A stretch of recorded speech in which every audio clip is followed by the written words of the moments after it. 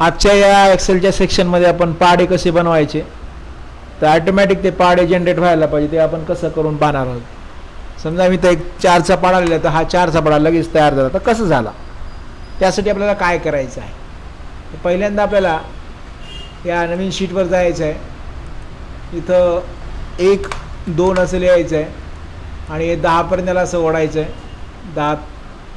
10 व्हॅल्यूपर्यंत. आणि या दोन्ही सेलला सिलेक्ट करायचं आहे. याला बॉर्डर द्यायची आहे छानशी. याला थोडंसं मोठं करू शकतो आपण असं. याला पण तुम्हाला मोठं करता येईल असं. या ठिकाणी पाड्याचं लिहायचं. 7चा पाडा बनवायचा आपल्याला. या सेलवर आपल्याला एक फॉर्म्युला लिहायचा आहे. इक्वल टू करायचं आहे. या ठिकाणी या सेलवर क्लिक करायचं आहे आणि नंतर याला F4 करून लॉक करायचं आहे. F4 दाबायचं. आपल्या कीबोर्डवरली F4 फंक्शन की दाबायची. लॉक झालं की असं येते. गुणिले करायचं आणि याला या सेलला गुणाकार मल्टिप्लाय करायचं. एंटर करायचं.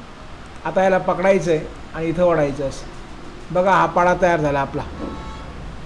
आता फक्त आपल्याला या ठिकाणी पाड्याचा व्हॅल्यू बदलायची. कितवाचा पाडा करायचा आहे, 5चा करायचा आहे. 5चा पाडा तयार झाला. 8 9चा पाडा तयार करा. 9चा पाडा तयार झाला. 11चा पाडा तयार करा. 11चा पाडा तयार झाला. अशा प्रकारे आपण पाडे तयार करू शकता. तो हा जो व्हिडिओ आवडला तर नक्कीच लाईक करा, शेअर करा.